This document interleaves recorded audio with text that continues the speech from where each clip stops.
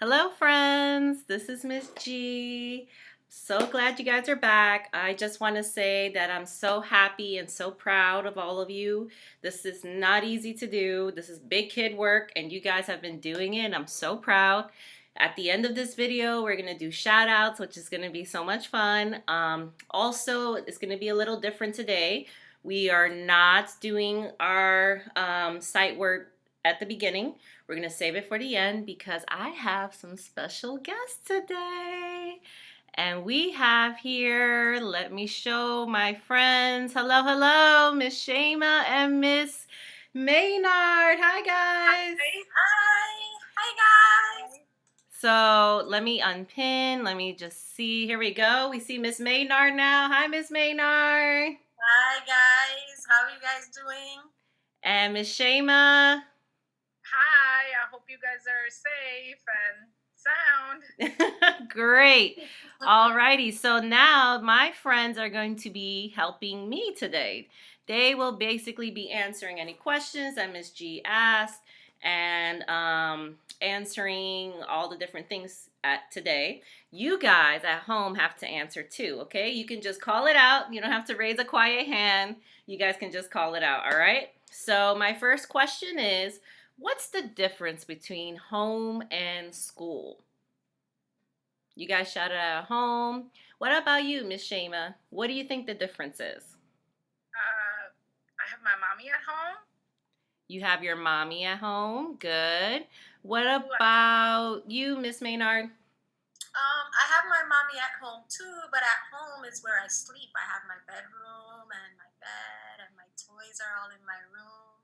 And then in school, that's where I do all my work. So I do math and ELA and I do foundation letters and sounds.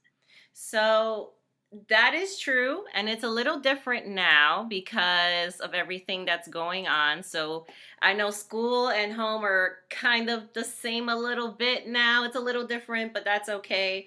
So things have changed, but what does change mean?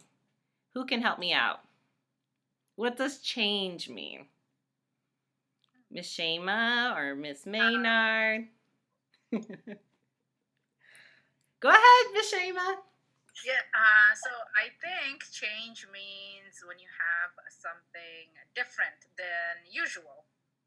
Yes, it's change. It's something different than what you're used to. Exactly. So now we're going to talk about how things have changed in the past at home and how things are now with our new book, Home, Then and Now. So Miss G is going to quickly read it. While I'm reading it, we do what we always do, which is try to notice things in the story. If you notice something, if you notice something in this story, shout it out. At the end, Miss Maynard and Miss Shema will be telling me what they notice in the story, and then we'll go over what we wonder about the story too. So, home, then, and now. Here we go. Hopefully you guys can see. One home, our homes, give us shelter and keep us safe. Homes have changed over time. So I'm trying to show you the pictures as I read. Remember, you're trying to think about what you're noticing in the pictures and in the words. Long ago, families used oil lamps for light. Now we use electricity to light our homes. Long ago, families kept food in cold ice boxes. Now we use refrigerators. Long ago, kitchens had wood-burning stoves. Now kitchens have electric or gas stoves.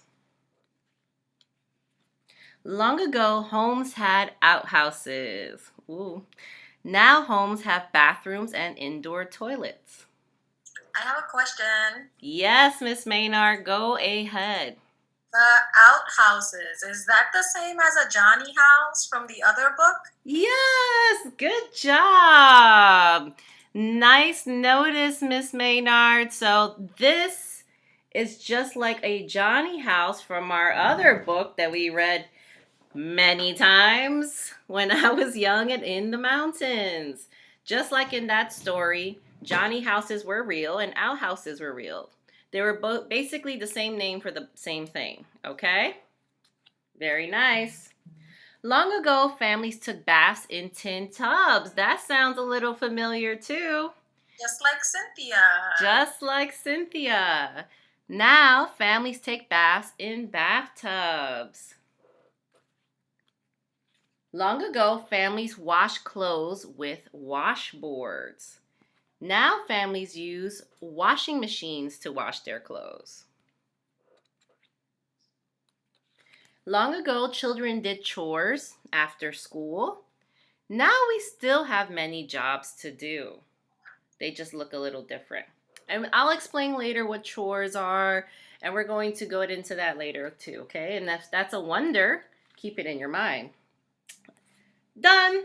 So was there anything else you guys noticed? Maybe Miss Shema, what you noticed in our story? I noticed that I have the same stove in my house. Ah, very good. Yeah. Yeah, so we probably have a lot of the things in here. Maybe not everything the same, but we definitely do have maybe a stove, maybe a washing machine, depends on your house. And if you don't have it, that's okay too. So, dun dun dun. Now we're going to talk about what we wonder. So Miss G's going to change this up a little bit. And my friends on this side will tell me what they wonder about our story. Usually we use a wonder cube. Remember this, friends?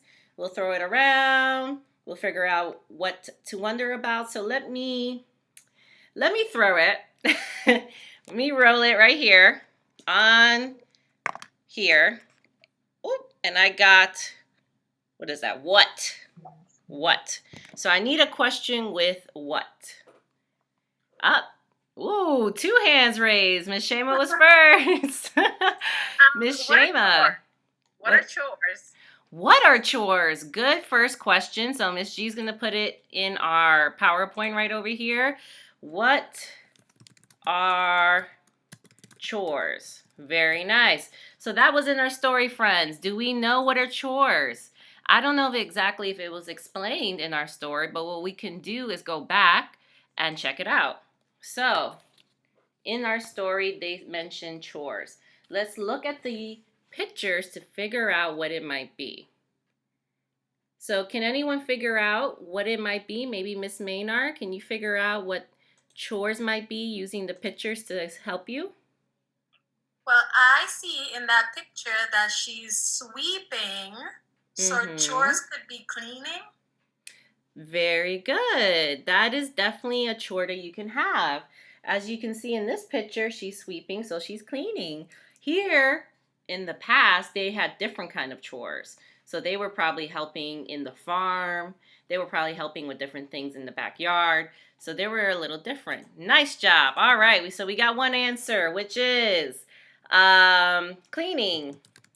That could be a chore. There's lots of other chores too. Let's see. Rolling the ball. It's a little hard to see here. Rolling the cube. And I got who? Who can help me out with a who question?